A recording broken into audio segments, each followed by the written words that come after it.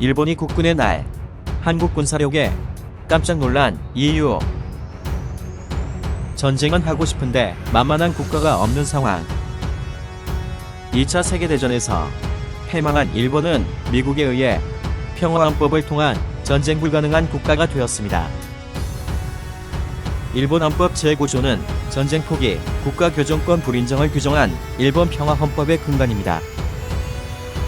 하지만 패망 후 100년도 채 지나지 않았는데 현재 일본 아베는 이러한 평화헌법을 개정해 전쟁 가능한 국가로 나아가려 하고 있습니다. 과연 일본 아베가 원하는 것은 무엇일까요? 안녕하세요. 알기 쉽게입니다. 좋아요와 구독 부탁드려요. 일본이 평화헌법을 개정해 전쟁 가능한 국가로 탈바꿈하는 것이 머지않아 보입니다. 일본의 평화헌법 개정이 한국인들에게 예민한 문제로 인식되는 이유는 일본이 과거사를 반성하지 않고 아직도 제국주의의 향수에서 벗어나지 못했다는 것에 있습니다. 물론 현재가 19세기 말이나 20세기 초도 아니고 일본이 전쟁을 일으킬 가능성에 대해 지나친 논리적 이야기라고 생각할 수도 있겠지만 현재 일본 정치권과 일본 사회의 움직임을 보면 이러한 불안한 인식에 충분히 개연성이 있다고 볼 수 있습니다.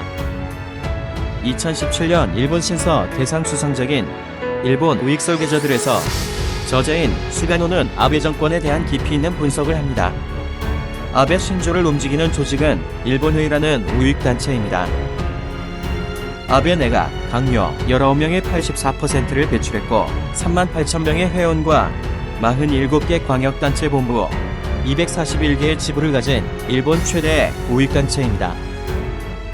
일본회의가 추구하는 목표는 평화헌법 개정을 통한 자위대 국군화, 일본 제국 헌법의 부활을 통한 메이지 천황제 국가 부활, 야스쿠니 신사 공식 참배, 역사를 왜곡한 새로운 역사교과서 채택, 종군 위안부 문제 부정. 우리 입장에서는 듣기만 해도 소름 돋는 이야기입니다. 과거사를 부정하고 현재 자위대를 국군화하며 심지어 일본 제국주의 부활을 목표로 한다니 21세기의 국가가 맞는지 의심스럽기까지 합니다. 일본의 내셔널리즘은 특이한 일본의 헌법을 통해서도 분명히 드러납니다. 일본과 독일이 과거사를 다루는 태도도 다르지만 헌법을 비교해보면 그 차이는 분명합니다. 독일 헌법 제1조 1항에는 인간의 존엄성은 훼손할 수 없다. 인간의 존엄성을 존중하고 보호하는 것은 모든 국가 권력의 책무이다.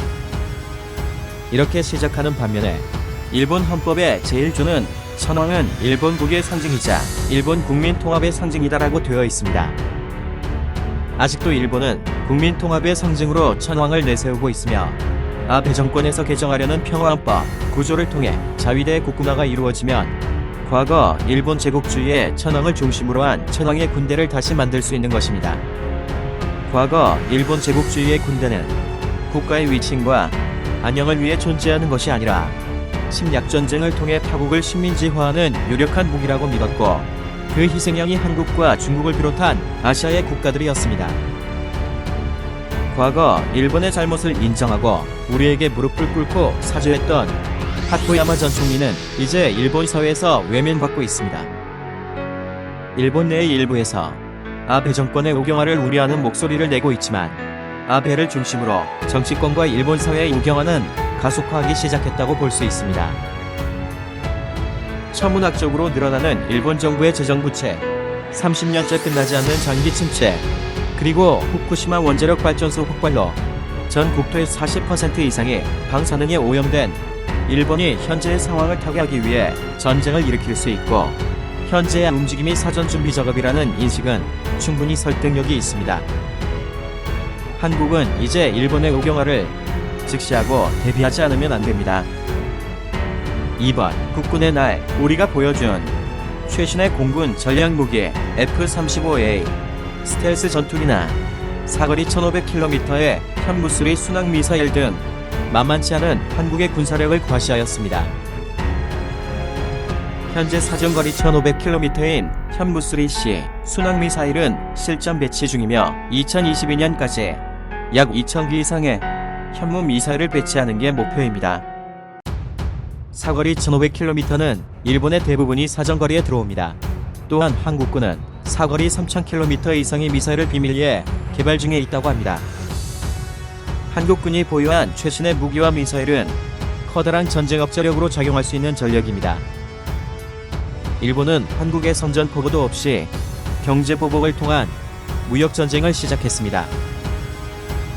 앞으로 일본이 국영화와 군국주의를 통해 현재 주장하는 독도 영유권처럼 또 다른 검은 야욕을 드러내지 않을 거라고 장담할 수 없습니다. 따라서 우리는 대한민국이 과거와 같은 뼈아픈 역사를 반복하지 않도록 철저히 준비해 나가야 합니다. 이상 알기 쉽게였습니다. 감사합니다.